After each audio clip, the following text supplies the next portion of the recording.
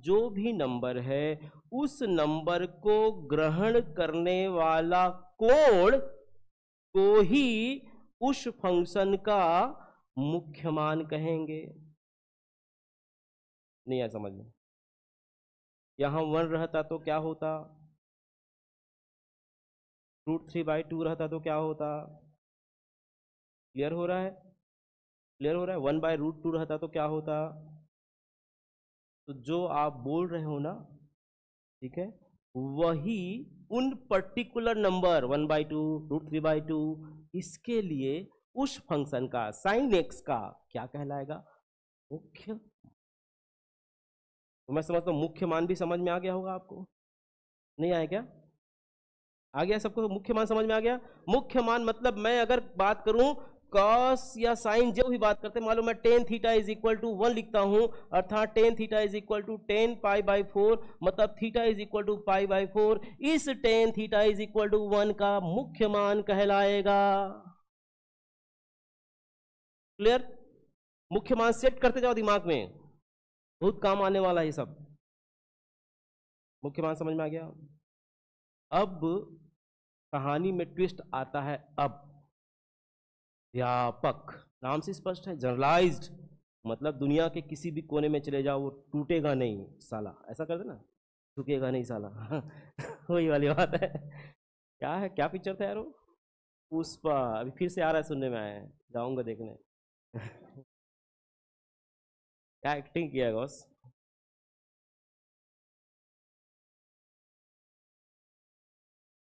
तो प्यारे मित्रों, मैंने आपको अभी मजाक मजाक में कुछ चीज़ें बता दिया है।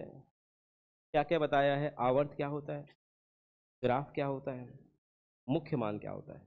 अब मैं बताने वाला हूं व्यापक मान। क्या बताने वाला हूं? व्यापक मान। व्यापक मान में थोड़ा समझिएगा, व्यापक मान क्या होता है। अब यहां पे फिर से मैं लाइन खींचने वाला हूं, ध्यान से देखना।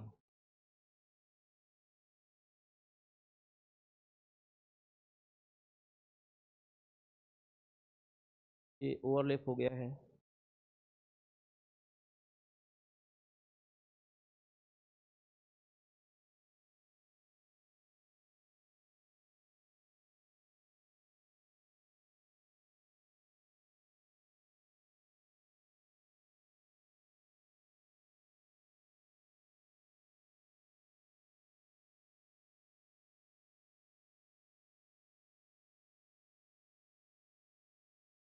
ये जो डॉटेड कर रहा हूं ना, तो थोड़ा सा ध्यान से देखना। ये डॉटेड जो कर रहा हूं वो हमारे काम का है, ठीक। तो डॉट मैंने किया है, वो डॉट वह पॉइंट है जिसके लिए हमको 1/2 दे रहा है। ये लाइन ऐसे जा रहा है, मतलब ये 1/2 में जा रहा है ना। इधर जो भी लो आप, 1/2 जो डॉट वाला एरिया वहां मिल रहा है, ये तो कहना चाहोगे ना ग्राफ में। अर्थात sine theta is equal to 1/2, 1/2 को रखने वाले उन तमाम एंगल्स को हमको निकालना हो। हजारों लाखों अरबों कोण ऐसे आएंगे जिसके लिए मुझे 1/2 मिलेगा। नहीं आया समझ में? आ गया ना? फिर रिपीटेशन तो होगा। तो उन तमाम एंगल्स को, कोण को निकालने के लिए एक जनरलाइज्ड फॉर्म आया जिसे हम व्यापक हल या जनरलाइज्ड सॉल्यूशन कहते हैं। वह क्या है दोस्तों? वह है sine theta is equal to, यदि साइन अल्फा है तब theta is equal to n pi plus minus 1 to the power n alpha. जहां पे ये जो अल्फा है ना, जहां जहां अल्फा क्या है? मुख्य मान है, और n belonging to i। i मतलब इंटीजर नंबर, इंटीजर नंबर। तो ये हो गया इसका व्यापक हल। बोलोगे सर इसको थोड़ा समझाइए। अब देखिए, यहाँ पर आप देख रहे हैं मुख्य मान क्या आ गया? π/6। क्या है जल्दी बोलो, π/6। तो मित्रों sine x is equal to sine π/6, इसका मतलब ये x इक्वल टू क्या होगा, n pi plus -1 to the power n into π/6। ये इसका क्या होगा, व्यापक हल। बोलो सर ये तो समझ में नहीं आया हमको, आपने क्या लिख दिया, चलो इधर समझो।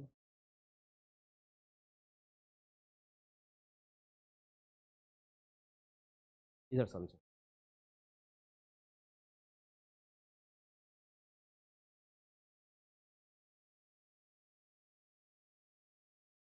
समझाओ।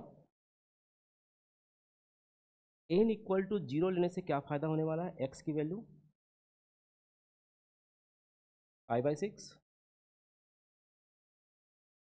ये 0 हो जाएगा, पावर में 0 किसी का भी रहे वो 1 कर देता है, और into π/6 that means π/6। n is equal to 1 लेने से क्या मिलेगा, x equal to pi minus π/6।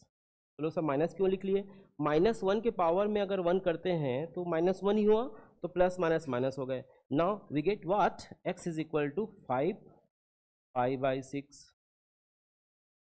5 π/6 मतलब 180 को 6 से 5 या 15 150, ये है 180।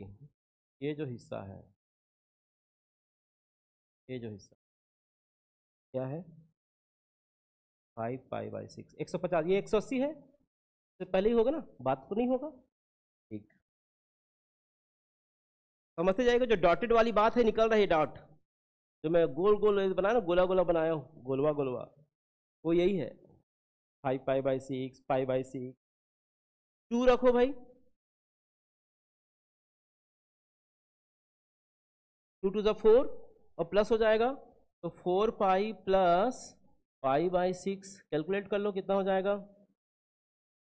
कौन सा, हाँ हाँ 2 पाई होगा, कितना हो जाएगा 13 पाई ना, 13 π/6।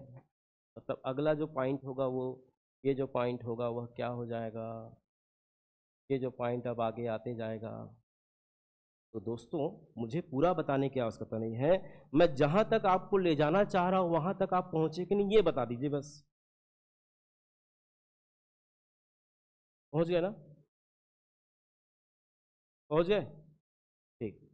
अर्थात इस 1/2 का साइन x के लिए 1/2, x के उन मानों के लिए, x के उन मानों के लिए, उन एंगल्स के लिए 1/2 जहां जहां आता है, जहां जहां आता है, उन सारे एंगल्स को लिखना संभव नहीं है।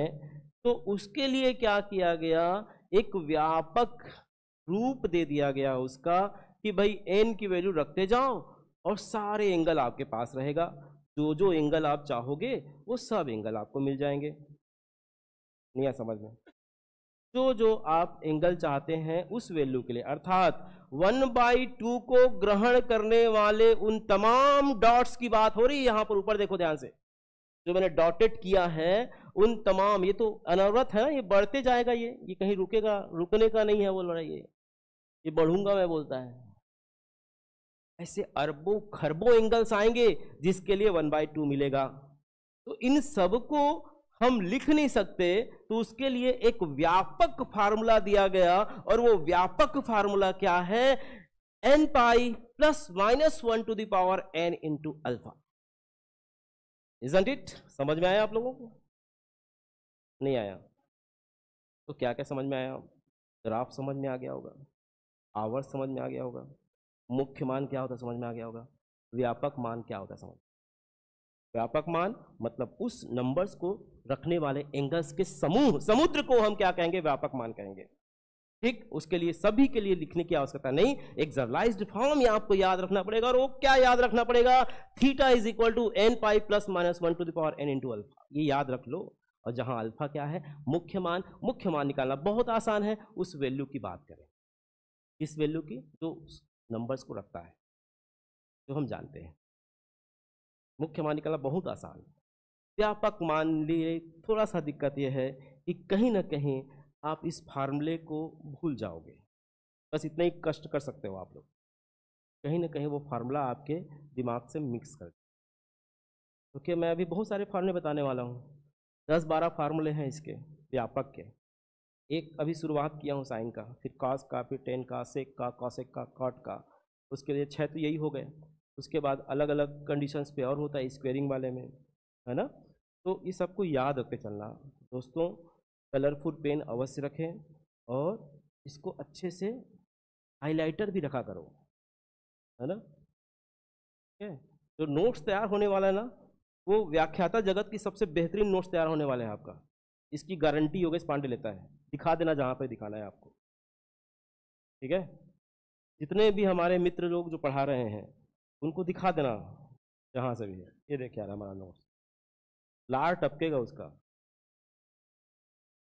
मैं कहाँ फंस गई, मैं कहाँ फंस गया, इतना अच्छा गंगा बह रहा था उसमें डुबकी क्यों नहीं लगाया। बात समझ में आ रहा है कि नहीं आ रहा?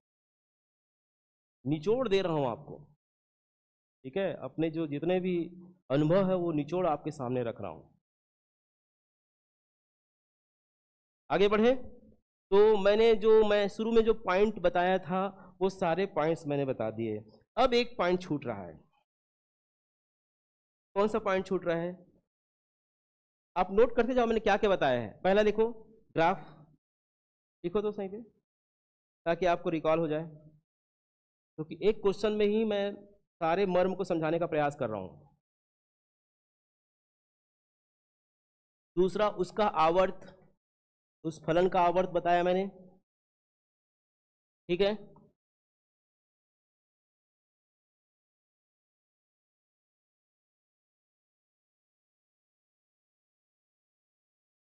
आवर्त में दूसरा कंडीशन भी बताया। आवर्त में दूसरा कंडीशन कौन सा? मॉड वाला, को भी लिख लो। तीसरा मैंने बताया मुख्य मान।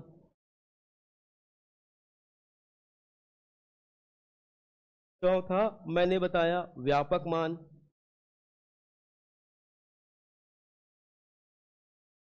और पांचवा अभी बताने वाला हूं जो आपके एग्जाम में बहुतायत देखने को मिला है, हलों की संख्या। 2019 चेक कर लेना,